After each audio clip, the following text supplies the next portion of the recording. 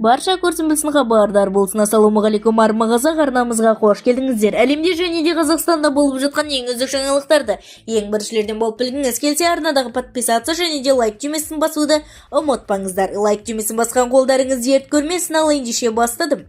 Қазақстанның 15 өңірінде дауылды ескерту жарияланды. Бұл өңірлерде боран, тұман және де көктайғақ болады. 8 қаңтарда Қазақстанның басым бөлігінде ауа райы күрт нашарлайды. Қазгидромет синоптиктері еліміздің 3 ірі мегаполисі менен 15 облысындағы дауылды ескертуді жариялады.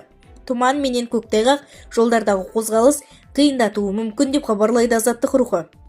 Мегаполистердегі жағдай еліміздің бас қалаларында негізгі қауіп көріну деңгейін төмендеуі. Астанада тұман және де таңертең қалың тұман түседі. Алматыда түнде және де таңертең мезгіл тұман күтіледі. Шымкентте тұман басып көріну қашықтығы қысқарады. Солтүстік пенен шығыста қар менен боран болады. Елдің солтүстігінде, шығысында және де орталығында аймақтарында нағыз қысқа ауа райы орын алмақ. Солтүстік Қазақстан облысы менен Петропавлда күндізді қар жауып, боран соғады. Желдің екпіні 15-20 метр секундке дейін жетеді. Шығыс Қазақстан облысы, Өскемен және де Абай облысы, Семейде қар жауып, боран соғады. Түнде және де таңертең тұман түсу ықтимал. Павлодар менен Қостанай облыстарында қар аралас боран соғып, жел күшейеді. Ақмола, Қарағанды және де Ұлытау облыстарында қалың тұман босады. Батыс және де оңтүстікте көктайғақ болады. Батыс және де оңтүстік өңірлерінде ауа температурасының құбылуына байланысты жолдарда қауіпті жағдай қалыптасады. Батыс Қазақстан облысында, Орал және де Атырауда жаңбыр менен қар аралас жаңбыр жауады, жолдарда көктайғақ орын алады.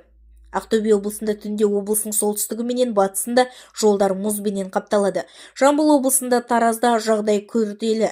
Тұман менен көктайғақтан бөлек желдің екпіні 15-25 метр секундке дейін жетуі ықтимал. Түркістан және де Алматы облыстарында, Қонаев таулы аймақтар және де оңтүстік аудандарында тұман түсіп, жел күшейеді. Жолға шығатын тұрғындарға ескерту. Ауа райының қолайсыздығына байланысты мамандар келесі сақтық шараларын сақтауды сұрайды. Жылдамдықты асыртпауды, көктайғақ пенен тұманды тежеу қашықтығын артады. Алыс сапарды шектеңіз. Мүмкіндігі болса, боранды аймақтарда көлікпенен шықпауға тырысыңыздар. Желден сақтаныңыз. Жамбыл облысындағы желдің екпіні өте күшті болатындығы ескеріңіз. Бізді тамашалауды жалғастырыңыз және де видеоролик кеңінен тарап қажетті жерлерге жету үшін видеоролик астындағы подписаться және де лайк түймесін басыңыз. Достарыңызға үлесіп сау саламатта болыңыз.